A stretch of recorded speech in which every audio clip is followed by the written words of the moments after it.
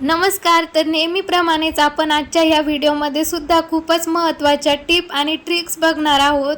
तर व्हिडिओ शेवटपर्यंत नक्की बघा आणि आवडल्यास आपल्या मित्रपरिवारासोबत नक्की शेअर करा. तर इथे आपली पहिली टिप आहे. तर मी इथे एका भांड्यामध्ये एक अर्धा ग्लास पाणी घेतलेलं आहे आणि त्यानंतर इथे आपल्याला लागणार आहे 6 ते 7 तुळशीची पानं. इथे आपण तुळशीच्या पानांचा उपयोग करून अजिबात काढा वगैरे बनणार नाही आहोत, तर त्याचा आपण खूप वेगळा असा उपयोग करणार आहोत.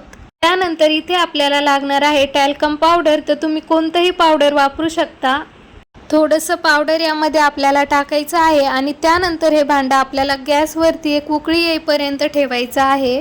आणि हो, तुम्ही हा व्हिडिओ कोणत्या गावातून कोणत्या शहरातून बघताय हे मला कमेंट करून नक्की सांगा, जेणेकरून माझा व्हिडिओ कुठे कुठे पोहोचला ते मला कळेल. तर पाहू शकता याला छान उकळी आलेली आहे. आता हे सोल्युशन आपण एका भांड्यामध्ये काढून घेणार आहोत. याला थोडंसं थंड होऊ द्या आणि तुमच्याकडे जर एखादी स्प्रे बॉटल असेल तर त्यामध्ये सुद्धा भरून ठेवलं तरी सुद्धा चालेल. या सोल्युशनमधून खूप छान सुगंध येत आहे. तुम्ही एकदा नक्की बनवून बघा. तुळशीच्या पानांचा आणि पावडरचा खूप छान सुगंध येतो. तर हा स्प्रे आपण घरामध्ये वापरणार आहोत. घरामधली दुर्गंधी घालवण्यासाठी आपण वेगवेगळे रूम फ्रेशनर आणतो, लिक्विड वापरतो. त्याऐवजी हे एक घरच्या घरी सोल्युशन तयार करा. त्यामुळे कोणतंही नुकसान होणार नाही आणि घरामधून खूप छान सुगंध येईल. आता तर पावसाळ्याचे दिवस सुद्धा चालू आहे. पावसाळ्यामध्ये घरामध्ये एक कुबट वास येतो, तर त्यावेळेस तुम्ही हे सोल्युशन नक्की यूज करू शकता. आवडली असेल तर जास्तीत जास्त शेअर करा. यानंतरची आपली टीप आहे साबणाच्या बॉक्ससाठी. जेव्हा साबणाचे असे कागदी बॉक्स येतात किंवा इतरही कुठले जर बॉक्स सुगंधित बॉक्स असेल तर तुम्ही त्याचा खूप छान रियूज करू शकता. याचा खूप तुम्हाला फायदा होईल. तर इथे आपण घेतलेले आहे सॉक्स. घरामधील तुम्ही कोणतेही कपडे घेऊ शकता ज्याची तुम्हाला दुर्गंधी घालवायची आहे.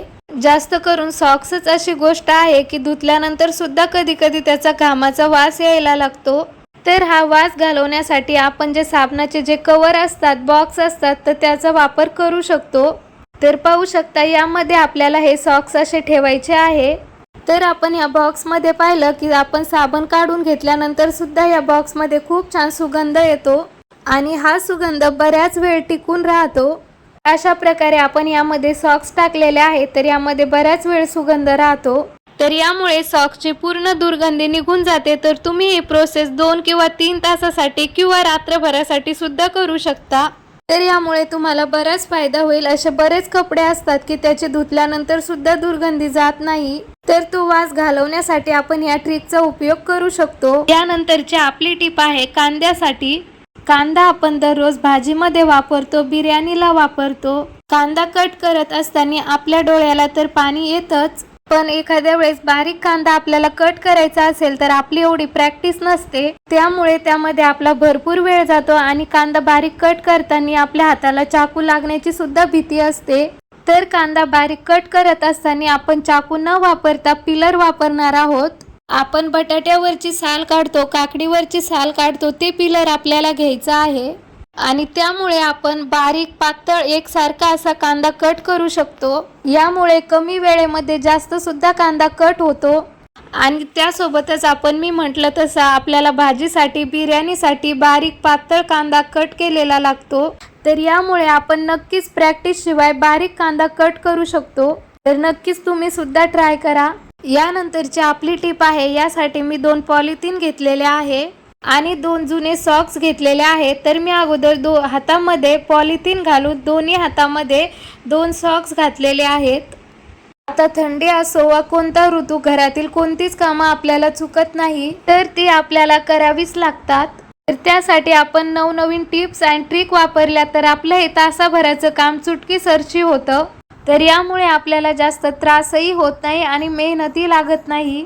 तर असंच आहे आपलं भांडे घासायचं काम. कितीही नाही म्हणलं तरी सुद्धा यामध्ये आपला भरपूर वेळ जातो. थंडीमध्ये किंवा इतर ऋतूमध्ये सुद्धा आपल्याला थंड पाण्यामध्ये हात घालू वाटत नाही. बऱ्याच जणांना साबणाची ॲलर्जी असते, त्यामुळे हाताला खाज येते किंवा हाताची स्किन खूप खराब होते.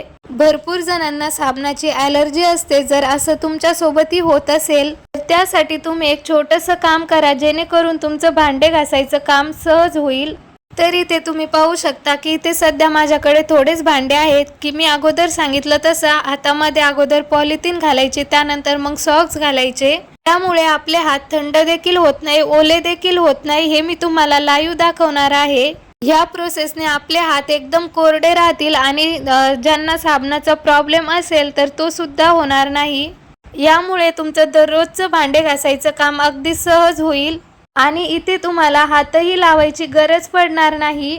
म्हणजे हात न लावता भांडे स्वच्छ होतीलच. आणि कधी कधी आपण कितीही स्वच्छ भांडे धुतले तरी सुद्धा भांड्यांवरती साबणाचा पांढरा जो थर असतो तर तो तसाच दिसतो. तर या सॉक्समुळे ते भांडे सुद्धा खूप छान निघतील. तर पाहू शकता इथे मी अजिबात व्हिडिओ एडिट केलेला नाहीये. सॉक्स किती ओले झालेले आहे आणि हातमध्ये हात एकदम कोरडाच आहे. पाहू शकता इथे आपल्याला अजिबात हात ओले करायची गरज नाहीये, खराब करायची गरज नाहीये. हे काम आपलं सॉक्समुळे खूप सोपं झालेलं आहे.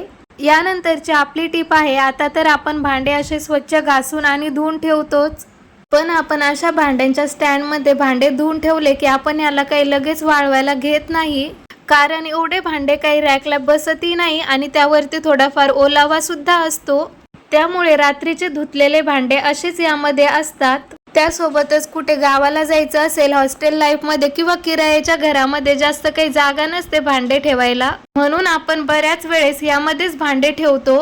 रात्रीच्या वेळी म्हणा किंवा गावाला जाताना म्हणा, तुम्ही जर यामध्ये भांडे ठेवले एकतर त्यामध्ये धूळ होते किंवा पाल, कॉकरोच वगैरे इकडे तिकडे फिरत असतात.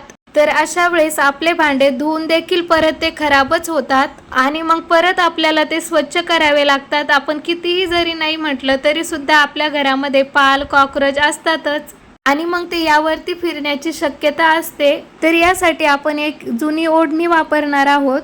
त्यामुळे थोडेफार ओले भांडे असतील ते सुद्धा सुकतील आणि ह्यापासून आपण पाल असेल, कॉकरोच असेल किंवा इतर कीटकांपासून सुद्धा वाचू शकतो. नक्कीच तुम्हाला यापासून भरपूर फायदा होईल आणि परत परत भांडे घासायची गरज पडणार नाही. तर चला आजचा व्हिडिओ इथेच थांबूया. पुन्हा भेटूया नवीन व्हिडिओमध्ये नवीन टिप्स घेऊन. जर आवडला असेल तर व्हिडिओला लाईक करा.